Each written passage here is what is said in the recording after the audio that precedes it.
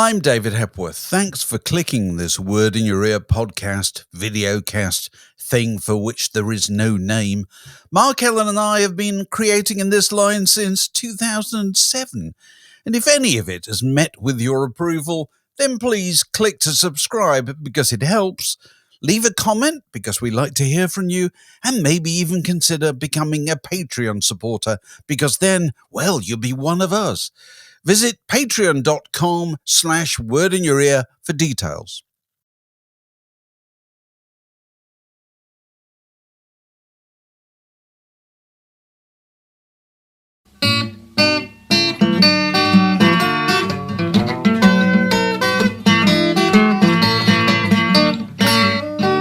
You're listening to a podcast from The Word. Alex, in the grand tradition of our podcast's Passim, I have a Stack Waddy quiz for you. All right? Oh, fantastic. Are you ready for it? I woke up this morning, the first thing I thought was I could really do with a cup of coffee and a Stack Waddy this morning. And so you've absolutely serviced me. I Thank can you. oblige. I fell down a little rabbit hole the other day about abandoned working titles for albums. And I have, which are really fascinating, actually. So I have 6 examples, 5 of them real. And 1 is a crisp work of fiction by my own fair hand, okay? Fiction. Working title, original titles for albums. Okay, here's the first one. Revolver, originally called Four Sides of the Circle, okay? David Bowie's Low, New Music Night and Day.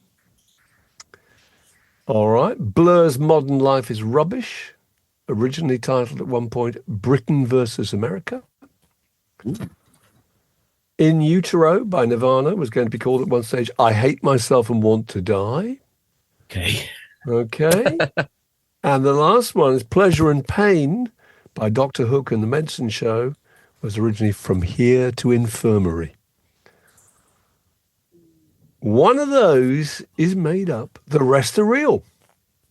Now, I'm pretty sure I've seen that Revolver working title somewhere before.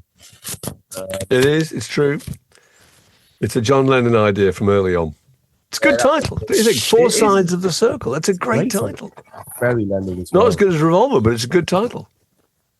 Bowie. You know what? I'd say. I'm going to go with Nirvana as the ringer. It just feels a bit too like classically Nirvana, doesn't it? Well, it was Nirvana. Actually, that was real because he'd written that song at the time.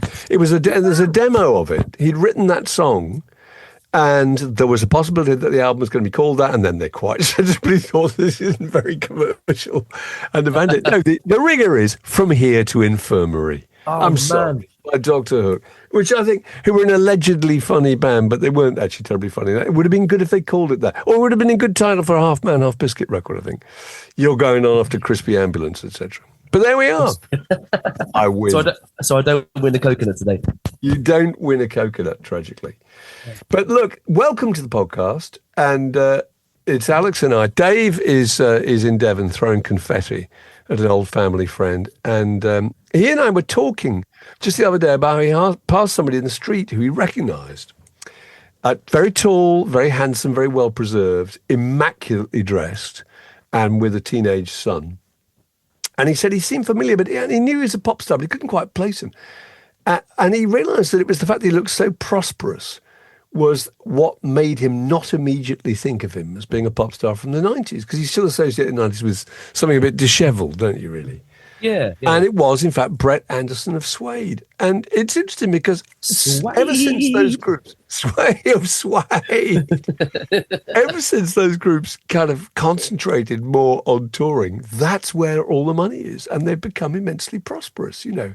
And we thought it was quite a significant idea that actually, if you look at Oasis play the same 23 songs every night, don't they? Yeah. You're going to see them, I think. Is it Pasadena or somewhere? You're going to see them quite soon. Yeah, I'm seeing them at the Rose Bowl in LA in September. That's right. And Supergrass the night before, actually. So it's fantastic. 90s-tastic weekend in LA. Oh, that's great. But Oasis, yeah, same 23 songs every night. Virtually none of them from the last 5 albums. wall-to-wall hits. They don't even pretend to be current. They're not kind of current. They are, in fact, a legacy act. I think they're even more so than the Stones, who do at least make new records and pretend to be contemporary by naming their tours after. Their last tour was the Hackney Diamonds tour, wasn't it? But Oasis are actually no different from Springsteen or The Who or whatever. And it struck us that the 90s is, in some sense, the new classic rock. Because what are the hallmarks, right? Here are the hallmarks, surely, that you're making huge amounts of money from merchandise. That's a classic rock thing. You know, well, there's a store in Manchester now, isn't there, dedicated solely to Oasis merchandise, I believe. Oh, is that right? Yeah, I think it might be some kind of Adidas link-up, actually. But there's an entire shop dedicated only to Oasis branded merchandise. Good God. Astonishing. But it's so interesting because it's very like a football experience for them. You know, this idea that you can't really attend an Oasis gig unless you have a bucket hat and a logoed T-shirt, and you got to dress up, haven't you? You got to be part of it. You got to be a supporter. Oh, but anyway, I'm going dressed up. Of course you are. Oh yeah, 100%. But a huge amount of money in merchandise, you know, and the majority of their audience is the first wave of fans, you know. Plus, all these acts, you know, again, where the money is, are all playing the festival circuit. And at the festival circuit, you have to do greatest hits. It's very unwise to go on there with a group playing to a group of people who haven't necessarily paid to see you. Yeah. And the moment they hear something that's unfamiliar, they're going to wander off and find some other distraction. It's going to be a hamburger stall, or they're going to go shopping, or they're going to go and see a different band at a different stage or whatever. So all those things, I think, add up. And also the fact that these acts aren't really concerned so much about making albums. You know, if you look at it, Suede actually do make albums all the time. Yeah, Richard Ashcroft has not made an album for, 4 years, I think. Pulp made a recent one, but effectively they're a greatest hits act. Fine. Nothing wrong with that. Blur have made one album in 10 years. The Libertines, one album in 10 years. Primal Scream, one album in 10 years. Your pals Supergrass, don't think they've made a record since 2008. Why should they? Nope. 95% nostalgia. What do you think? The new classic rock, the 90s.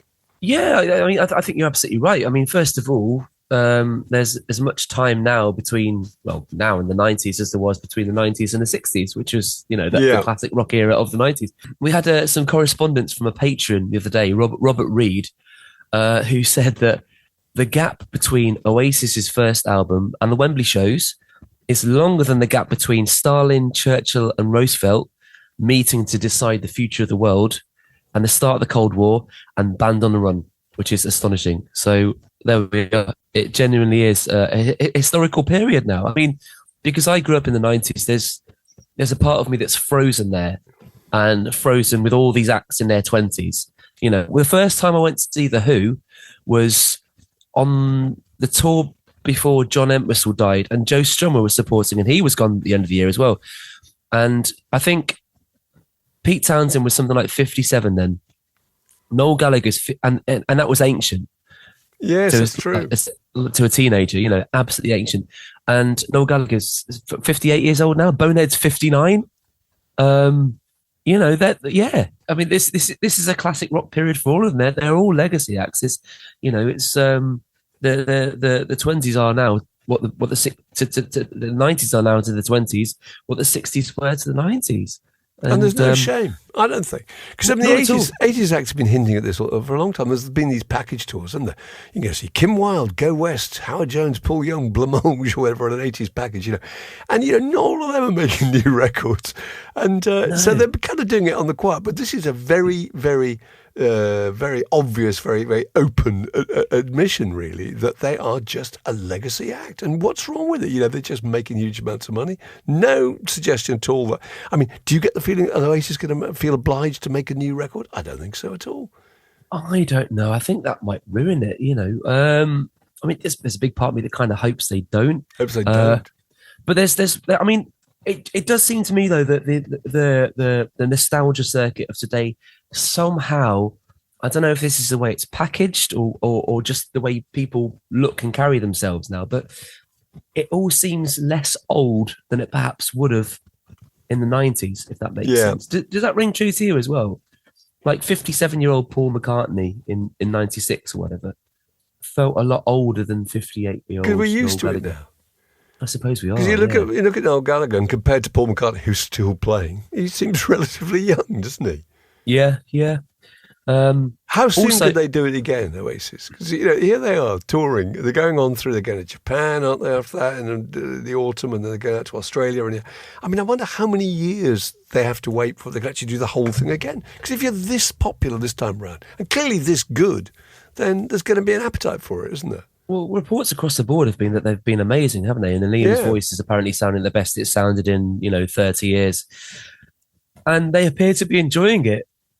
You've seen the displays of brotherly love, haven't you? Noel and Liam hugging each other and coming on arm in arm. Very staged, but it's good. It's Oasis redesigned for the 21st century, and I think they're clearly feeling that too. And surely there's a part of them that's not going to want to stop. They're going to want to carry on because they're probably enjoying it, infinitely more than they ever expected they would. There was all this thing about this fractious. No one was sure whether they were going to get on. Staying in separate hotels. Is the tour going to collapse in acrimony, halfway through? Yeah. And all we've seen is them both getting on apparently better than they probably ever have in public. So I can't see how it's going to stop. Also, I saw something this morning. But the anxiety would be as to whether or not it would go down because there was so much expectation. And if it had been a catastrophe, and if the first reviews and the first reactions had been, this is a monstrous rip-off and a disaster, that would have been really hard. But once you know that it's working, they've just got to go and knock it out every night, haven't they? And that would be fun. That'd be wonderful. I think so. There seems to be a renewed vigour for it. And that's, from a fan's perspective, it's lovely to see because you want to see your hero. You just want them to be happy, don't you? You just want them to be happy. You do. But for them, it's probably quite intoxicating, seeing that amount of love, and enjoying it that much and seeing it go so well, and watching the cash just roll in. Surely they can't stop. Actually, I saw something this morning. It looks like there are various dates across Europe blocked out for next year. So I think they are extending. And I wouldn't be surprised at all. Did you know also? So they've got. Why would you stop if you're making that amount of dollars? I know, right? You just wouldn't, would you? They've got cast supporting, and cast have been bringing out PP Arnold every night. PP Arnold, who's pushing 80. Really? Yeah, we've had on the podcast. And it's still sounding great. Yeah, we did, and she was fantastic. So PP Arnold appears in one of my favourite YouTube clips ever.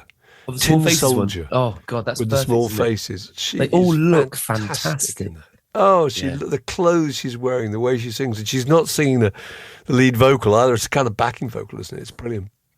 But here's my question to you, right? If there's 80s nostalgia packages now, then, or maybe there already are 90s ones. I'm not aware of it, but how soon could it be before you could go and see Cud, Ride, Lush, Carter and Menswear, on the same bill, playing 4 tracks each? It's possible, isn't it? There kind of is already. Have you heard of Shine On Festival? No. Multiple eyes, of course. So Shine On is it's a 90s indie festival that's been going for a few years. They do it at Butlins, and it's a whole day of 90s indie based fun. Nowhere else will you see so many Parkers in one space at the same time. And it's been going on for years. So it's already there. It's a little corner of the country, but it's happening, and it will probably get bigger and bigger and bigger as time goes on, because I suppose the Oasis reunion is really kind of the litmus test, isn't it, for its mass appeal now? It's now officially classic rock. It's totally taken over. It's no different from it's dad music, isn't it? Oasis is now dad music. It is astonishing. It's dad music. You take your sons and you stand there and you say, this is proper music. A mate of mine once took his son to see the Rolling Stones. I thought it was just so funny. And I remember him saying, I'm going to take my son to see the Stones because I really feel he likes all this hip hop and that sort of stuff. I want him to see something really, really solid and real and authentic. And I said, Dave, don't do that. Please don't do that. It's a very, very bad idea. So he takes his son along. At the moment the Stones come on, his son digs out an enormous pair of headphones and clamps them on, sticks on NWA or whatever it was at the time, I don't know, and refused to listen, which I thought was very funny. I thought it was no more or less than he deserved. But look, at a tangent, another thing that struck me was, this is the anniversary, today actually, the moment of the day I'm talking to you, the 1st of August, was the launch in 1981, 44 years ago, of MTV.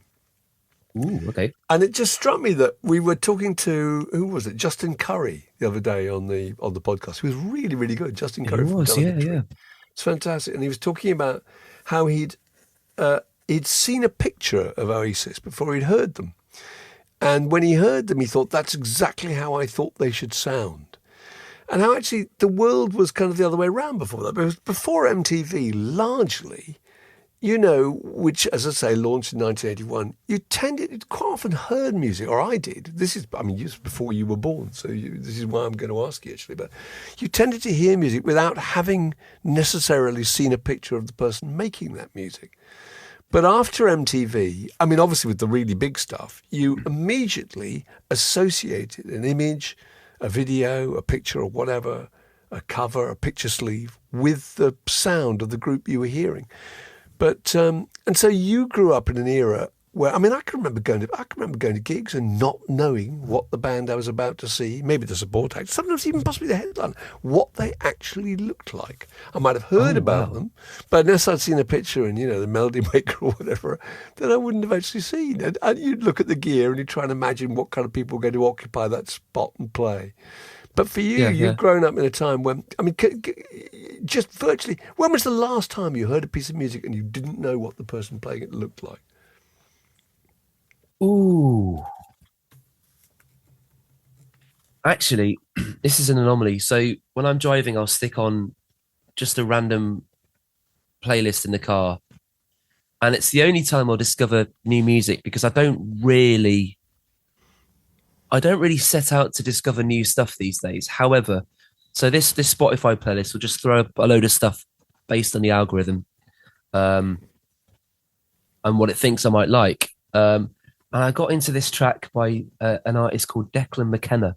It's called Brazil. I subsequently found out it's about 9 years old. But I've become obsessed with it. It's absolutely brilliant. And until actually last night, when I was just bored in bed, I was just Googling him. I had absolutely no idea what he looks like at all. But that's a complete anomaly. It never happens anymore. Because so how did you imagine he looked? That's interesting. What did you imagine before you saw the real thing? Oh, he's kind of like a squawky kind of indie type. So I sort of imagine, you know, kind of floppy fringed hair, you know, big eyebrows, all that kind of stuff. Quite young. He looked pretty much he sounded pretty much as he looked, if that makes sense. It all fitted together perfectly. But no, I mean, now, I mean, I suppose all the other artists that I really like that are new, I discovered via Instagram. And I'll see a reel or something that they post before, and that'll look interesting. So it'll be the image that draws me in rather than the music. And the music makes you stick around, but your initial kind of contact is a visual one, not an audible one. Actually, no, saying that, Chapel Roan, when I first heard Good Luck Babe, which I also got really obsessed with because I think it's just a fantastic piece of music, I had absolutely no idea what she looked like. In fact, I thought she was going to be a lot older than she was because her voice sounds a lot more kind of weathered and mature, I think. Lived in. Yeah. But it is rare. It is rare. You know, that MTV obviously heralded the visual medium, and that's certainly how I used to discover things back in the day.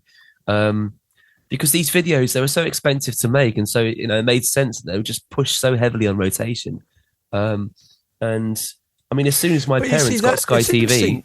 Because if you hear those songs and you then associate them with a video, with a little reel, with a film that someone's made that illustrates it. And I can just remember hearing music and I suppose just imagining it was a soundtrack for my own life or whatever, but for that moment in my life, you know, and that's a different thing, you know. I don't know. I like the idea that you had so much freedom to be able to think whatever you want about it, and for it to have as many associations as you want to. And I just wonder if that become more prescribed now. I think that's, you know, that definitely is a wonderful way to kind of introduce yourself to me, because your vision of it is completely personal and unique then, isn't it? You know, it is whatever it means to you, and that's probably the purest way you can think of to listen to music, and probably the way it's intended to be listened to. But for me, I mean, a good video would throw me into a world that I desperately wanted to be a part of. So I remember when The Strokes arrived, And I'd read so much about them in the NME, but I hadn't heard a note. And then I came across the video for Last Night on an MTV, and it's this wonderfully kind of amateur, I suppose, kind of like low budget, like 80s kind of film set. And they're playing live. It's not the recorded version. And they're knocking over mic stands, and they sound fantastic. They sound so tight, but they're all drunk, and they're knocking over mic stands That's a good detail. And making mistakes, and fluffing notes here and there, but they still sound so fantastic, and they look amazing. And the video's full of primary colours. It's all reds and blues and yellows, and it just looks so kaleidoscopic, and that kind of it's the kind of colour combination that really lights up your eyes as a child. And I think I've really ignited that part of you, and that coupled with the haircuts and the leather jackets and the song itself, I still get shivers down my spine every time I catch that video on YouTube. The opening 5 seconds is all I need, and instantly I'm transported back, and I just desperately want to be part of that. I want to be in that set. Don't you think the Strokes are one of those really good examples of a group where you looked at them and that little gang, and you just thought they're having a fantastic time? I remember seeing the Strokes and thinking the same way as I did when I saw the Faces. Whenever you saw the Faces, they were all permanently pissed.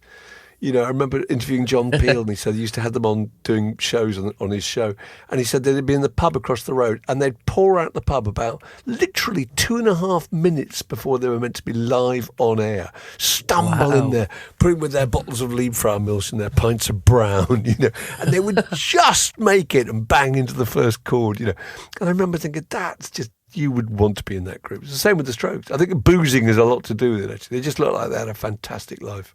But it wasn't just the boozing. I think the same with the Faces. It's a combination of, and Oasis to an extent, knowing you're really, really good and having a really, really, really great time. When you can fuse the two things together, having a great time is one thing, but if you're rubbish, if you're not very good, it kind of negates the appeal of that.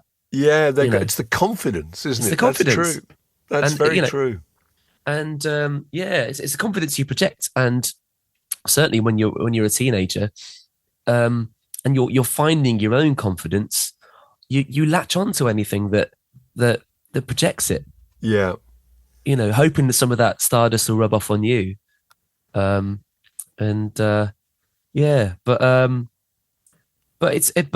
also actually a few years later. So I think I grew up at the cusp of MTV, where it just started to be like to introduce other programming and become less about music videos. So I think a couple of years into my MTV tenure, it was all about cribs, showing people around rock stars' homes and all that kind of stuff. All of a sudden, MTV wasn't about music anymore, and in fact, I defected to VH1 because that lifestyle. It was. It was rock completely lifestyle, wasn't it? So. I think the music videos kind of omnipresence and power, it kind of only held space for me in like that sort of 2-year window, and then it was gone, and MTV became a completely different thing. So it was kind of fleeting, but it was powerful. We were talking on the podcast last week, and you were on a different time zone, so you couldn't be on it, but you were heard it, obviously, because you produced it. And Dave and I were talking about mixtapes, and I thought that was interesting because, again, this is your generation. Mixtapes are the sort of 1985 to 1995 thing, and my theory was that I don't think it was a more intense, more personal, more connective way of relating to music than by making mixtapes and giving them to somebody. And do you remember that era fondly? I do. A mixtape was the ultimate gesture of love, because see, David and I were too old to be making mixtapes. We're already married by the time the mixtape arrived. But I just kind of imagine if you were, I don't know, you're a teenager, what an incredible thing it would have been. You put together those things so painstakingly, and everything mattered, the song choices, the orders, and it sort of formed a narrative, and it spoke a language that you weren't yet sophisticated enough to speak yourself about your depth of feeling for the recipient. Yes. And that was everything from the content of the lyrics to the ebb and flow of the music. It encapsulated something that was bigger than both of you, and that it's a beautiful thing because of that. And I think the art's kind of lost. People make playlists for each other now, but you know, the other thing about making a mixtape was you had to source the raw materials and you had to spend time kind of transferring them, and then you had to. It's the physical thing. It's the analog nature of it. And there's probably only one copy of it in existence with handwriting on the cover. It's a beautiful thing. The ultimate limited edition. I know. And on the nostalgia tip, we must just briefly talk about Tom Lehrer. Now, Tom Lehrer, I don't know, who died very recently at the age of, what was he, 97, I think. Are you up to speed with Tom Lehrer? Did you hear anything? You're abroad at the moment, so you won't have heard all the stuff that's been on the radio. But I'm in the wilds of Alaska, literally at the edge of actual civilization itself. So I'm hearing very little at the moment. Very little about Tom Lehrer as the glaciers sail by. Right. If you want news about bears, I'm your man. But yeah. culture. I'm not totally up to speed on Tom Lehrer, so please. I've got to just tell you 2 or 3 things about it, because I think he's so interesting. I mean, I remember him really, really well when I was I must have heard him when I was about 8 or whatever in the 1960s. And, he was 97 when he died, and he retired, which is extraordinary, in the 1970s. He'd been retired from making music for 55 years.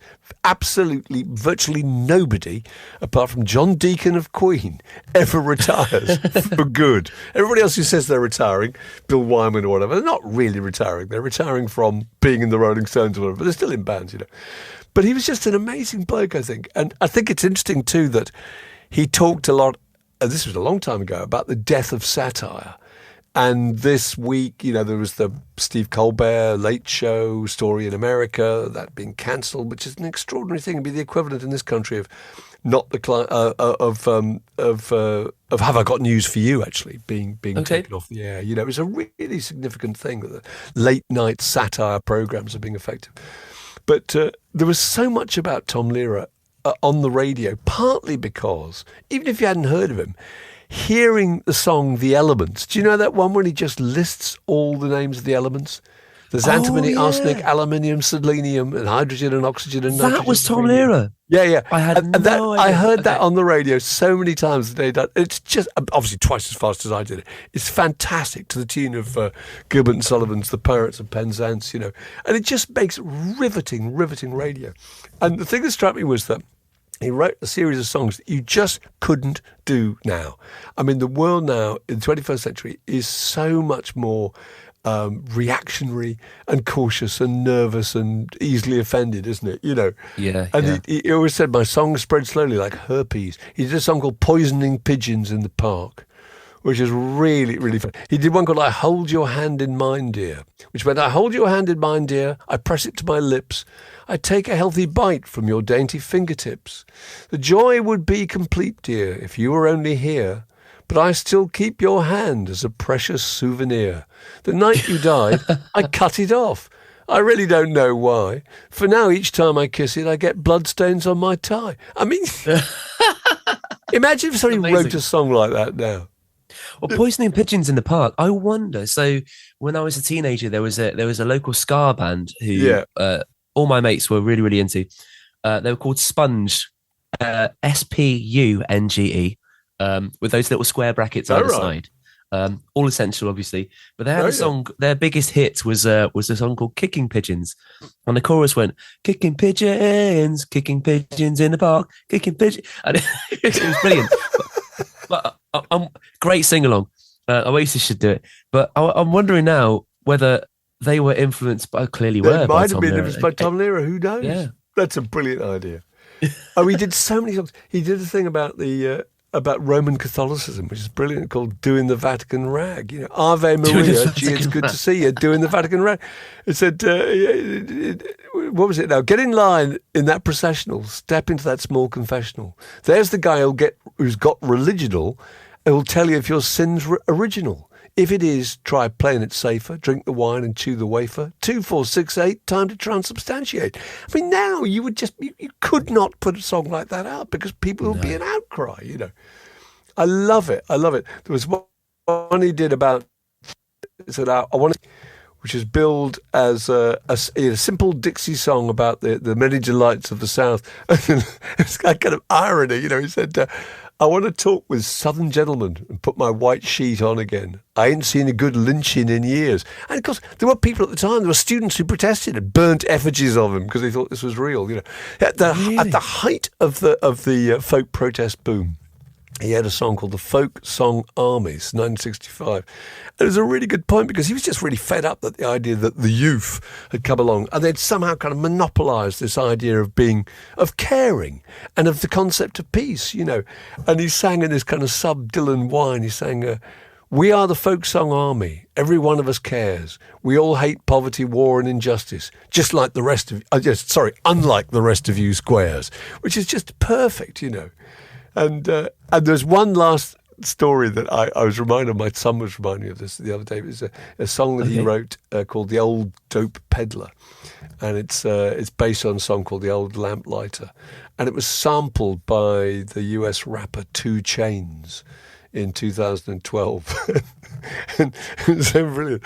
And I remember the lyrics that he was very proud to have this 60-year-old song sampled. And his response to the request to use it was, I grant you motherfuckers the permission to do this. Please give my regards to Mr. Chainz, or may I call him too?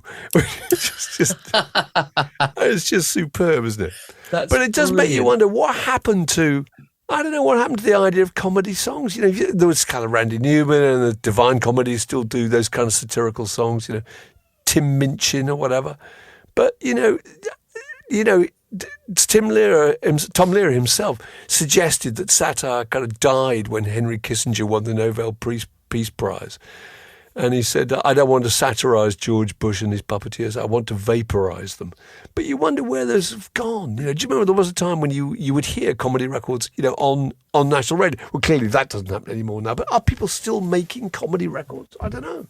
I don't know. I mean, I think, I feel like the younger generation are a lot more earnest these days. And, there aren't any more bands like Blink-182, for example. Nobody's putting out their silly stuff as their primary output. Yeah. Or but I do think, I mean, you do have acts which aren't wholly serious, but I think irony's replaced satire. So so instead of a Blink-182, you've got someone like a Wet Leg, who are funny, but in a completely different, much cooler way. It's less out there. It's less literal. It's less obvious. Yeah, it's kind of ironic, isn't it? That's right. It's ironic, absolutely. But it's not making a political point or anything. It's just no. And I think the reason for that, is people are just, like you said, a lot more cautious. They're worried about saying the wrong thing. Everybody's worried about being caught out saying the wrong thing, because anything could be the next wrong thing, depending on, which way the societal pendulum swings. And I think that's kind of stifled that area of art a little bit. But saying that, you still got outputs like South Park, which are doing it. But it's rare, isn't it? And I think for the younger generation, especially, they're worried about being cancelled before they've even started. I think so. Sense. You wouldn't dare. I mean, I'm just thinking of mainstream comedy songs, or the Chicken song, and hold a chicken in the air, stick a deck chair up your nose, and all that stuff, and Hello Mother, Hello Father in the 60s, and the Lumberjack song, and Always Look on the Bright Side of Life, Funky Gibbon, or whatever. I don't know. They were just. A lot of those things wouldn't come out now because they just would be. Somebody would somehow find a reason to be offended by them. But I kind of miss the idea of I mean, I think it's broadly just harder to find things that are just universally funny. It's exactly what you were saying. People are so good at getting wounded and upset about stuff. You're tuned to Word in Your Ear, the longest continuous conversation in rock and roll. So the message is bring back comedy records and remind us if we've missed any good ones, because I'm sure we have. And I'm sure there are some coming out, but we're just not aware of them. But look, other things we've done this week, which we should mention, we've done various podcasts. We did one with David Gedge of The Wedding Present, who was very good, very funny, very interesting. and is illustrated by a tremendous thumbnail picture of him falling backwards into a swimming pool. That's a brilliant pic. Yeah, it's a great picture, isn't it? We did Peter Guralnick. I think that's out about now too. Peter Guralnick has written this amazing book about the relationship between Elvis Presley and the Colonel, full of extraordinary information about just debunking the general belief, particularly about the idea that Elvis never toured abroad because the Colonel didn't have a passport, wouldn't let him. And his information about that and the offers to do world tours and the offers to play in Japan and Europe were there, but the person who turned them down was not the Colonel himself. Dave's done a piece about with the guy who manages the estate of Nick Drake, which is extremely good. And also we did Brett McKenzie talking about Brett McKenzie, terrific, talking about writing for the Muppets and writing for the Simpsons, and it's just so funny and captivating. The guy from Flight of the Conchords, incredibly funny, amusing, just insightful character. Really and very incredibly modest. There's a thing, won an Oscar. Have we ever had an Oscar winner on the podcast before? I don't think we have. I don't think, no. We've had some Knights, we've had some MBEs, we've had some OBEs. I don't think we've ever had an Oscar winner. We've had a Grammy Award winner, I believe. I forget who was that? I can't remember. But I think we probably have. We must have done. We must have done. And the other one we should mention is Jar Wobble. Jar Wobble's interview is just, it's the first time, I think. Well, obviously, it's the first time that we've done an interview with somebody who's interrupted by somebody arriving, knocking on his door, and you can hear this voice off, and he says, "Okay, mate, carry on." And you don't know what this guy's doing. He's obviously come to fix something in the house. You think he's there to mend a washing machine or something. And suddenly you hear this voice saying, "I'll put some more poison in, but the good news is there's nothing in your traps." So at this point, you realise that this is a pest control officer, and he's come as a rat catcher, basically, come round to sort out, cars a wobble. It's very good. So anyway, have a listen to all of that, and we'll see you next week for the podcast then. This podcast was brought to you by The Word.